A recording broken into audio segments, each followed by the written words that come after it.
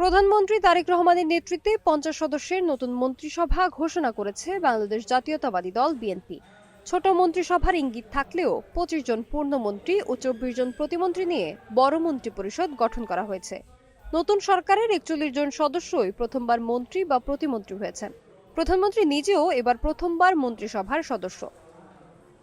পূর্ণমন্ত্রীদের মধ্যে মির্জা ফখরুল ইসলাম আলমগীর স্থানীয় সরকার, সালাউদ্দিন আহমেদ স্বরাষ্ট্র, আমির খসরু মাহমুদ চৌধুরী অর্থ ও পরিকল্পনা, হাফিজ উদ্দিন আহমেদ মুক্তিযুদ্ধ বিষয়ক, ইকবাল হাসান মাহমুদ টুকু বিদ্যুৎ জ্বালানি খনিজ, আনম এহসানুল হক মিলন শিক্ষা ও প্রাথমিক গণশিক্ষা, কায়কোবাদ ধর্ম, নিতাই রায় চৌধুরী সংস্কৃতি এবং আসাদুল হাবিব দুর্যোগ ব্যবস্থাপনা ও ত্রাণ মন্ত্রণালয়ের দায়িত্ব পেয়েছেন।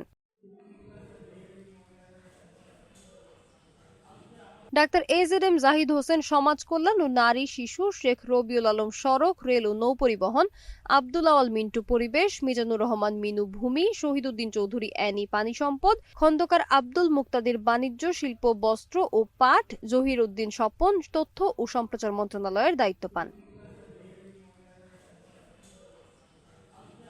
টেকনোক্রেট কোটায় আমিনুর রশিদ খাদ্য, কৃষি, মৎস্য ও প্রাণী সম্পদ, খলিলুর রহমান পেয়েছেন পররাষ্ট্র মন্ত্রণালয়।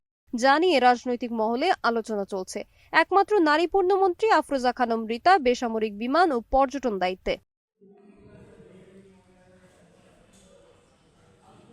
24 জন প্রতিমন্ত্রীর সবাই নতুন মুখ।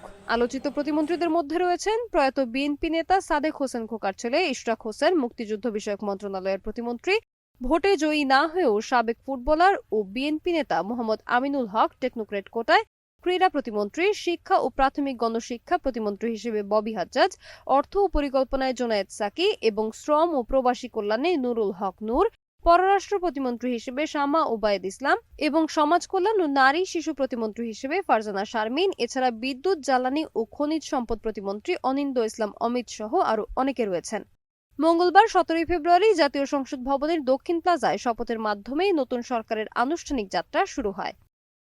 সোনালী সাহা, নাগরিক প্রতিদিন।